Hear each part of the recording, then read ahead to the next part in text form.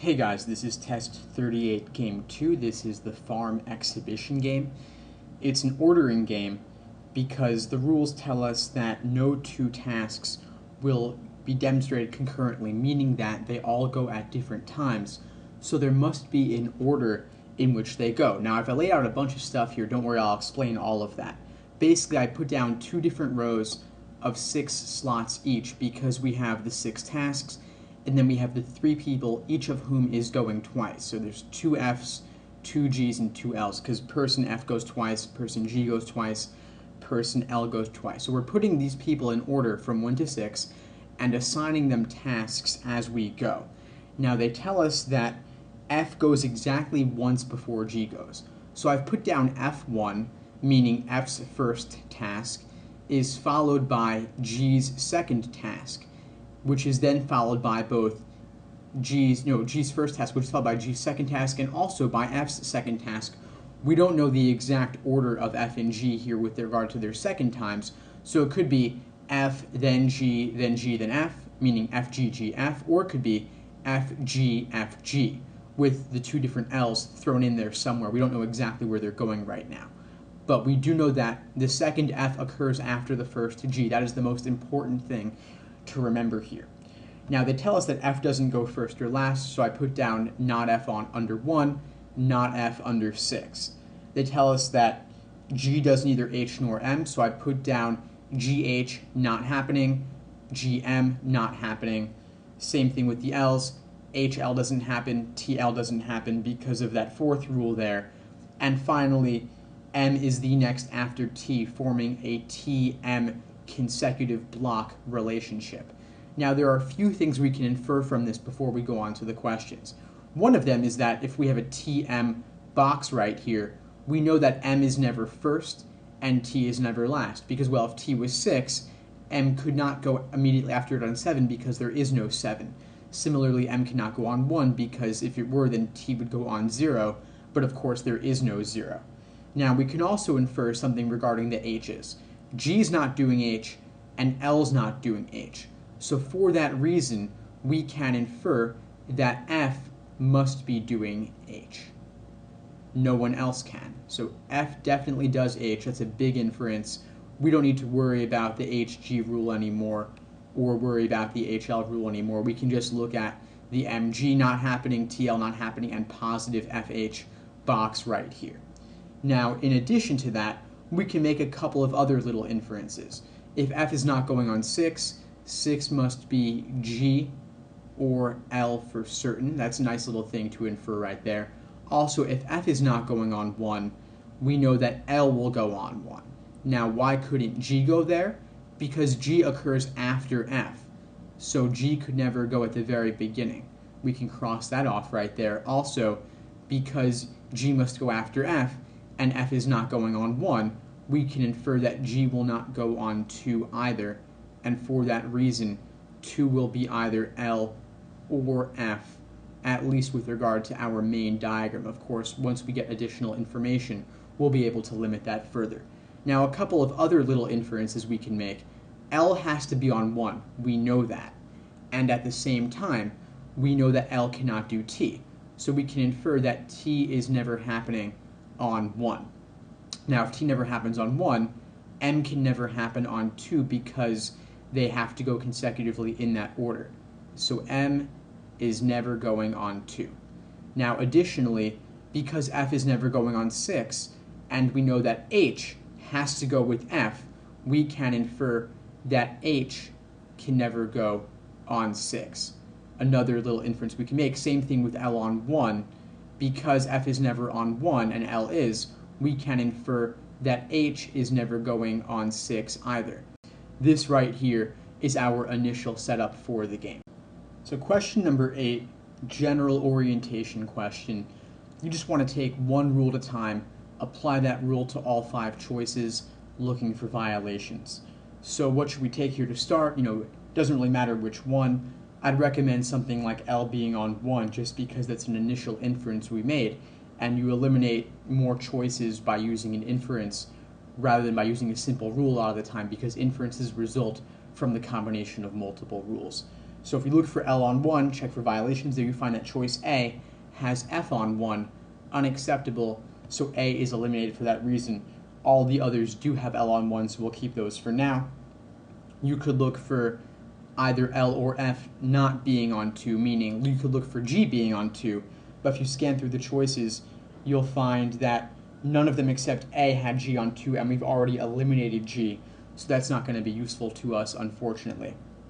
We could look for F being on 6, because we know F can never be on 6, but all the choices do not have F on 6, so no hits there. Now, we've got some other stuff we could use, though. We know that F and H have to go together. H cannot go with anyone else. So you look for H going with someone else, scanning through the choices, you find that choice D has Gladys, G with H. That is unacceptable, so for that reason, D is eliminated. You could also look for, T and L being together, because that's not possible. Let's scan through looking for that. Do we ever see L with T? No, we don't, unfortunately. Do we ever see G with M? Because we know that's not allowed. Scanning through the choices, we do see a hit with D, but of course we've already eliminated D. Not useful there. I'm scanning again, not seeing anything else, so unfortunately that's not going to help us out. But we do have some other things we could use. We have that, F1 before G1 before G2 and F2. So anytime that we see both of the Fs occurring before any of the Gs, that would be unacceptable. And in choice B, we have F on both 2 and 3, then the G's on 5 and 6. That's unacceptable. So for that reason, we can eliminate choice B. So we finally got a hit. Let's continue looking here. C's okay on that issue. D's okay on that issue. We've already eliminated that anyway. E's okay on that issue. So that's usefulness is exhausted right there. We know that none of H, T, or M could ever be on 1.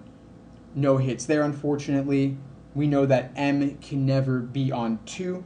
Let's scan through for that. No hits there. We know that neither H nor T could ever be on 6. No hits there. So any rules we haven't used yet? Yes, there is the TM box right here. T and M must occur consecutively in that order. So anytime they do not, we're bad. Choice E, as in echo, has T on 2, M on 4. That is unacceptable. So for that reason, E is eliminated, leaving C as our answer to number 8. Next, number 9, general must be true question. No way to predict here. Let's just scan through the choices. And A, F demonstrates harvesting. That is a definite initial upfront inference that we made, so it is our answer to number 9. Now, if you scan through the other choices, just ask yourself, do we have any particular reason to believe that this needs to be the case? So looking at B, F doing M, we know G cannot do M, but there's no particular reason to believe that L could not do M. Looking at C, F doing T, we know L cannot do T, but there's no particular reason to believe that G could not do T. Then with D and E, G doing P, G doing W, there's no reason at the outset to believe that we couldn't have any of the 3 people doing those things. So none of those particularly stands out. If you want to do a little bit more, you could have perhaps used choice C from number 8, that valid scenario for number 8, to perhaps disprove some of these. But anyway, we do have proof for number 9 that A is the answer. Next, number 10, if L is on 4. So I'm going to make a new diagram here. I'll just reuse this though. Put L on 4.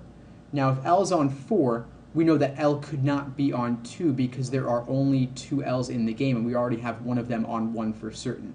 So in this case, we're going to have L on 1, F on 2, L on 4 again. Of course, this means L cannot be on 6. We're going to have G on 6 now. Now, due to the rule over on the left here that we have exactly one G before the second F goes, we know that our remaining slots 3 and 5, which are F and G in some order, will have to actually be G on 3 and F on 5 in order to comply with this rule on the left here. So this is our setup for the question. Let's jump in. When could H go? Well, H is always with F, of course, very important inference we made here. So H will have to be on either 2 or it will have to be on 5. So scanning through the choices, we see that 2 is a choice, but 5 is not, and those are the only two potential places H could go. So for that reason, B is our answer to number 10. Next, number 11. If G does P immediately before T does F. So I've drawn that down here on the bottom right. That's what that would look like. Now I've set up two different main diagrams here. I'm going to basically create two different main possibilities regarding the placement of this box right here. Now if you look at where there might be room for this stuff to occur, for the GP followed by FT thing, that could only really happen on 3 and 4 or on 4 and 5. So for that reason, I'm going to make two different main possibilities for number 11 in particular, placing those variables. So we place them down. Now let's think about any additional inferences we might be able to make before moving on to the questions themselves. If we've got G on 3, we would actually have to have F on 2. Now regarding the remaining variables, are we going to have G on 5 and L on 6, or vice versa?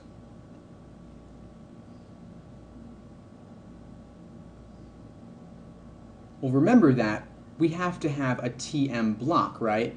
So for that reason, M will have to go on 5 in this top possibility, and we know that G cannot do M due to one of the initial rules. So we're going to have L on 5 and G on 6. Now, because we cannot have G doing M,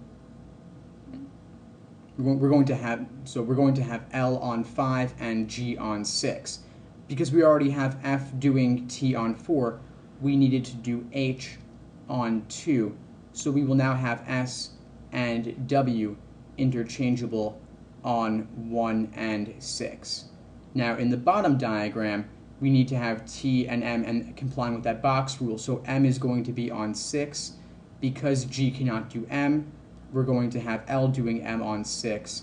And therefore, we cannot have L on 2.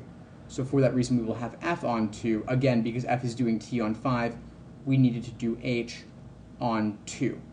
Now, the only variable we have not yet placed on the bottom diagram is G, a second version of G going a second time, or in this case, actually a first time. Everyone else has already gone twice. So we now have S and W remaining on 1 and 3. They are interchangeable here, and we are now good to go on to the questions themselves. So they're asking us in general what must be true. Choice A, F doing H on 2. Yes, that is a definite. We have that happening in both of these diagrams, and these two diagrams represent all of the possibilities for the question stem, so A is our answer to number 11. Next, B, G does S on 5. That does not actually occur in either scenario, so B is eliminated. C, L does W on 1. That is a could, but L could also do S on 1, so for that reason, C is eliminated. D, G goes on 4. That could happen in the bottom diagram, but does not happen on the top, so D is gone. And then looking at E, L goes on 6. That happens in the bottom, but not in the top where we have G on 6, so E is eliminated, leaving A as our answer for number 11. Next, number 12. I'm going to leave 11's work up here just because it has the potential to help us as we go through the rest of these questions. However, of course, on your page, you're going to have your main diagram as well as your separate drawings of these, so you should have both of those in front of you right now, both 11's work and the main diagram. I'll just get through this with 11's work in front of me. So they're asking us in general what must be true. Now in 11, we had F on 2 in both of these diagrams, but of course, in the main diagram, we had either L or F on 2, so that was not necessarily a must, and A can be eliminated. Looking at B, G on 4, that was rather vague in the main diagram, but while we could have G on 4 in the bottom diagram for number 11, that does not happen in the top diagram where we have F on 4, so for that reason B is gone. Looking at C, G on 6, on the main diagram we could have had either G or L on 6, not G specifically, so C is gone. And then if you look at the bottom diagram for number 11, you see that you could have actually had L on 6. So you could eliminate C for that reason here. Looking at D, L on 1, Yes, that was a main diagram thing. We definitely had L on 1, so D is our answer for number 12. I will look at E though. L on 2, as you saw from number 11, you could have F on 2, so that's certainly not a must. And additionally, in the main diagram, we had L/F on 2, so it was not a must for that reason as well. Next, number 13, again, I'm going to leave 11's work here just because it has the potential to help us. Again, you should have your main diagram on your page as well as 11's work drawn separately, so you can refer to both as you work through these. So general question regarding could be true. Could we have H first? Well, we certainly didn't see it in number 11, and additionally, regarding the main diagram, we know H could never be first because L cannot do H. We know that F has to do H, initial inference right here, and F is never on 1, so A is eliminated for 13. B, M on 2, initial inference we had right from the outset up here. We know that M could never be on 2 because T can never be on 1 because L cannot do T. So B is eliminated for 13. C, T on 1, initial inference, T is never on 1 because L is always on 1 and L cannot do T, initial rule. So C is gone for that reason. D, T last, we can never have T on 6, initial inference, because we know that T is immediately before M, so T cannot be last because M has to come after it. D is gone, leaving E by elimination. And if you look at E, W on 1, you see that is possible. We had that in our work for number 11 in particular. So E is our answer for number 13.